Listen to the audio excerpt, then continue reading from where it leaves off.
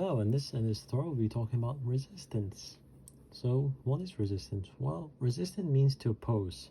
So, electronics, what exactly are we opposing? Well, resistance opposes the flow of electrons within a conductor like copper, and we achieve this by using a resistor. So, we can draw a resistor. We can draw a resistor like this. And that is the symbol for a resistor.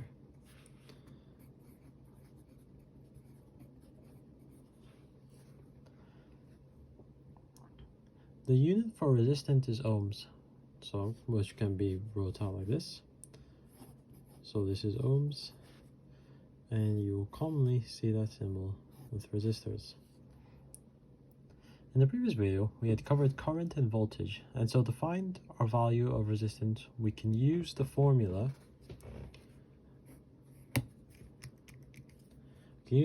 R equals V over I. For those of you who might know, this is just a rearrangement of Ohm's law, because V equals I times R. So what is the resistor used for? Well, as we said, a resistor opposes the flow of electrons. So the resistor limits the current used within our circuits. And as mentioned before in the last video, all components do have a rated current and voltage, so it is very useful. Let's do a little example over here in this area. We have our circuit. I'm just going to draw a simple LED circuit.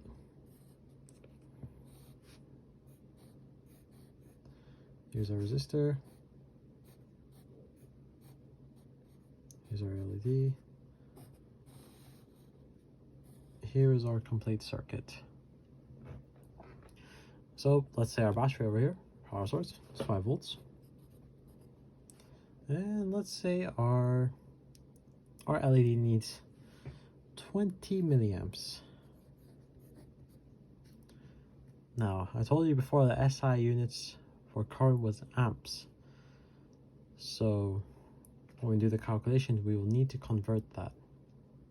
And we need to try and find the value of our resistor. So we can substitute our values in. So using our formula here, R equals 5 over, now notice it's milliamps. So we'll need to convert this to amps. To do this, what I want to show you, 1 amp equals 1 times 10 to the minus 3 milliamp, right? And this would also, so 1 amp would also equal 1 times 10 to the power microamps. And 1 amp would also equal 1 times 10 to the power 9 nanoamps. So these are just the different values that you may see. And you must always remember that you need to convert these back to the amps, because this is our SI unit that we're working with.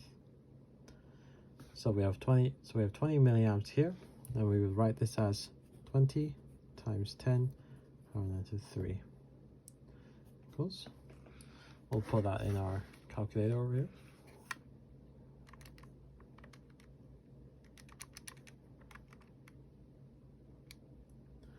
And then we get 250 ohms. So this would be 250 ohms, and we get 20 milliamps of current.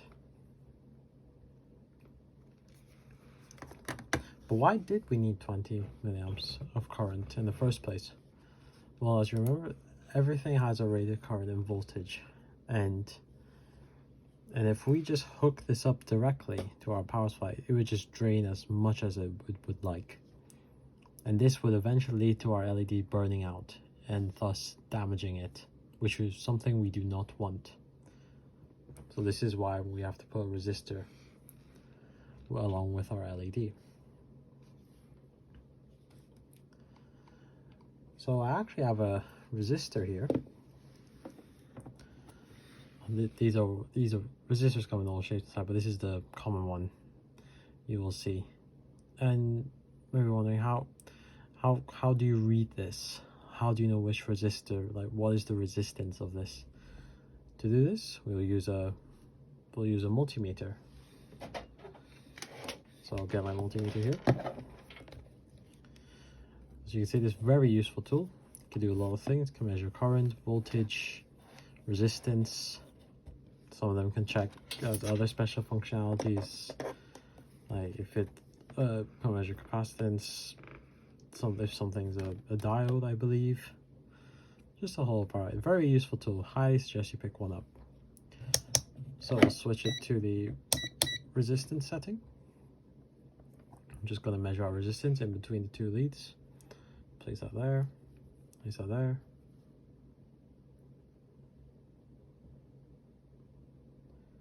I think I need to set it in range.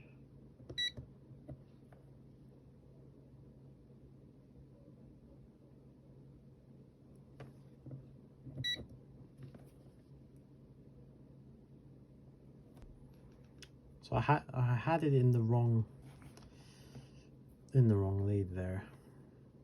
So if you notice with multimeters, there's usually 3 holes here.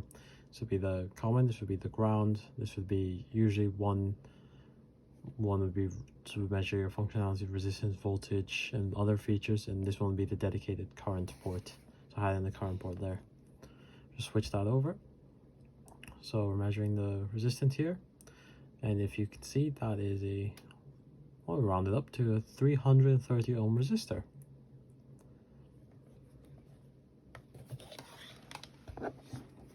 Put that away.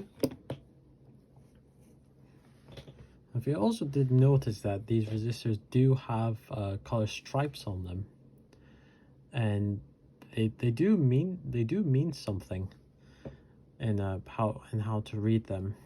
I will attach a link on how do you read these resistors, but personally I just use a multimeter to measure the resistances of each one, but it can be quite useful if you wish to learn that. So I'll not go through it in this video, but I will attach a link for your own reading if you wish to.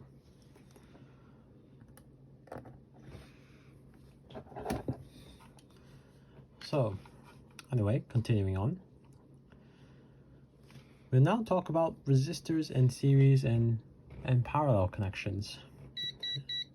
Oh, it's just my multimeter. And what can we do? So how do we calculate resistors in a circuit? So a series, I'll do this here, so I'll try to waste paper. So let's say we had resistors like this,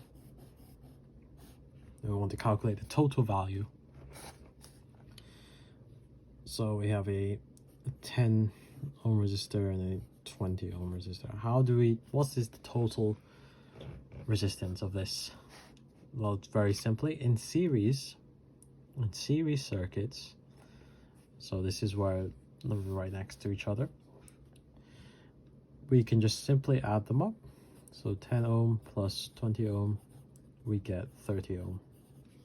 Simple. That is how you calculate them in series. Very simple. What about in parallel circuits? So with parallel circuits, you'll see them in this fashion.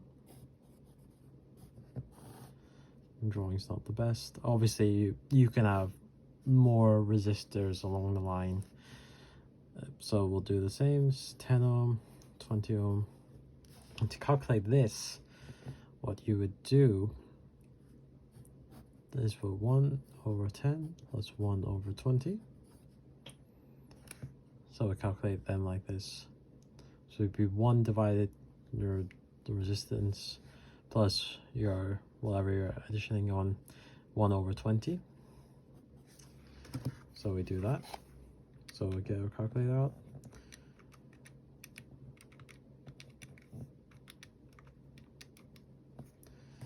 We get 3 over 20.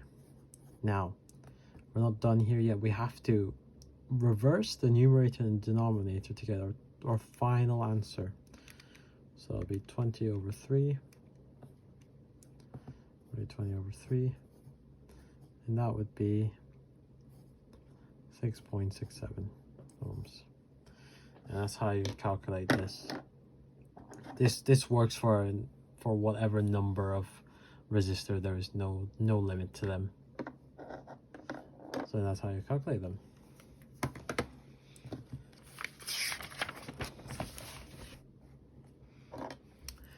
So that's not all. Resistors are very useful components in that not only can they be used to limit current, but we can also use them to make something called a voltage divider. As the name suggests, we can use that to step down the voltage, to divide the voltage into whatever we want. So let's draw a circuit here.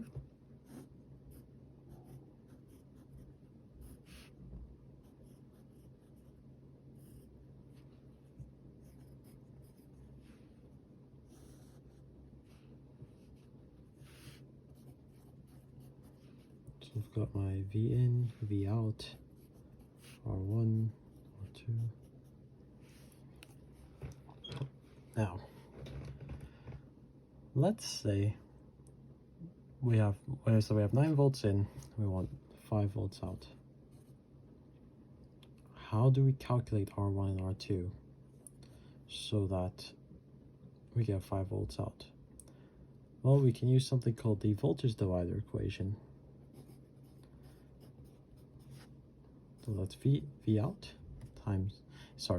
out equals V in times R2 over R1 plus R2.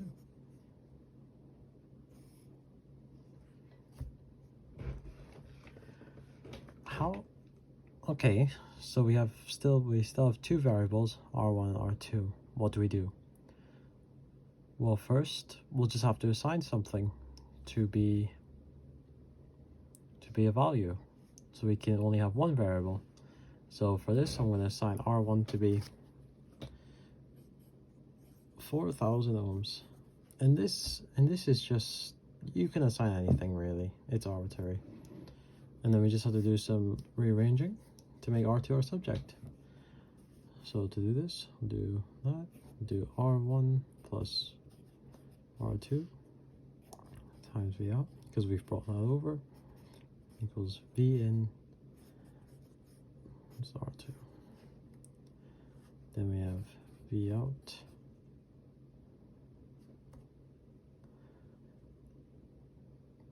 times R1 plus V out R2. We've expanded it.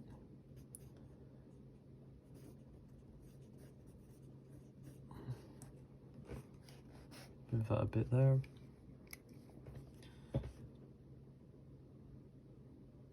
And then we'll have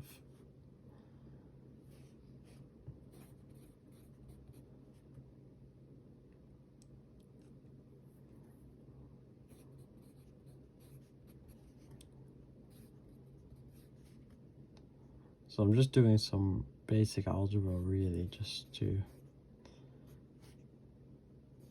separate these out.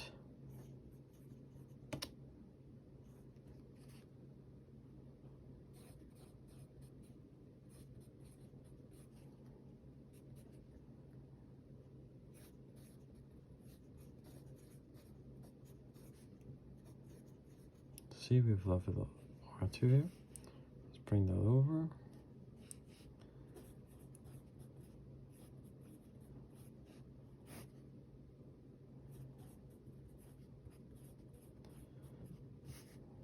And there we have it. We have made R2 the subject.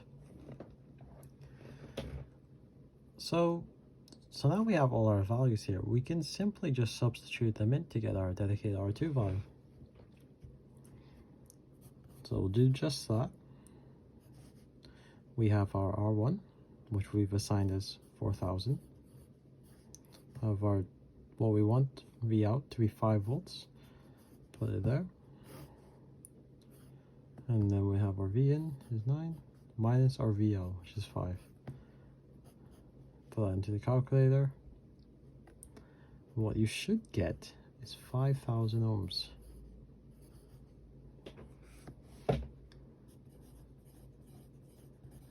And that's it. You have successfully stepped down our voltage using 2 resistors.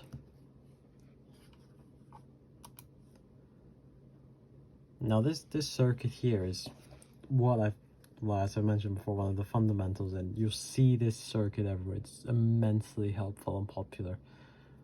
So when we go further down into these videos, you'll see this pop up, but surely again.